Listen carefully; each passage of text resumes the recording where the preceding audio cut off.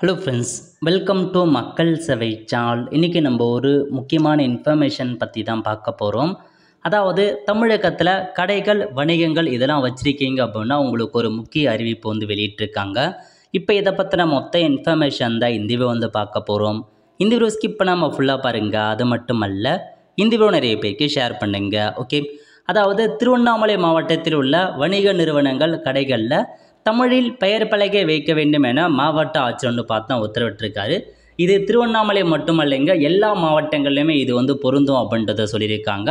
So நீங்கள் ஒரு வணிக நிறுவனம் வச்சுருக்கீங்க, கடையை வச்சுருக்கீங்க அப்படின்னா உங்கள் கடைக்கான பெயர், வணிக நிறுவனத்துக்கான பெயர் எல்லாமே தமிழில் இருக்கணும் அப்படின்றத மென்ஷன் பண்ணியிருக்காங்க. அனைத்து கடைகள், வணிக நிறுவனங்கள், உணவு நிறுவனங்கள், தொழிற்சாலைகள் மற்றும் பள்ளி கல்லூரிகள் உள்ள பெயர் பலகைகளை தமிழில் வைக்க வேண்டும் என ஆட்சியர் உத்தரவு பிறப்பிச்சிருக்காரு.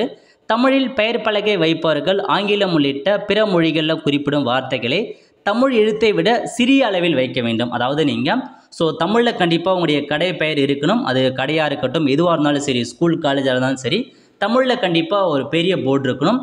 ஒருவேளை நீங்கள் இங்கிலீஷ் மற்ற லாங்குவேஜில் வைக்கிறீங்க, ஹிந்தி தான் வைக்கிறீங்க அப்படின்னா தமிழை விடவும் குறைவான சைஸில் தான் அந்த போர்டு இருக்கணும் அப்படின்னு சொல்லிட்டாங்க. தமிழ் மட்டும் பெருசாக இருக்கணும், மற்ற லாங்குவேஜ் சின்னதாக வச்சுக்கோங்க. பட் தமிழை தவிர்த்துட்டு நீங்கள் மற்ற லாங்குவேஜில் போர்டு வைக்கக்கூடாது, வெறும் இங்கிலீஷில் மட்டும் போர்டு வைக்கக்கூடாது.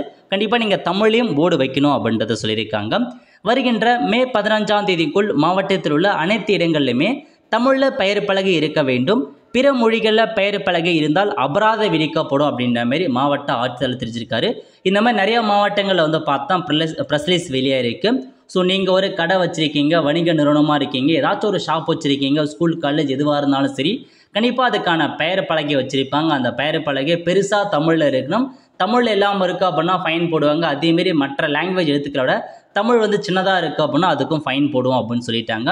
ஸோ மே 15ஆம் தேதிக்குள்ளே எல்லாம் மாற்றிக்கோங்க. இதுக்காக ஒரு குழு அமைச்சிருக்காங்க செக் பண்ணுறதுக்காக. எப்போனாலும் உங்கள் ஷாப்புக்கு விசிட் பண்ண வருவாங்க. ஸோ சீக்கிரமாக பார்த்தா சேஞ்ச் பண்ண பாருங்கள்.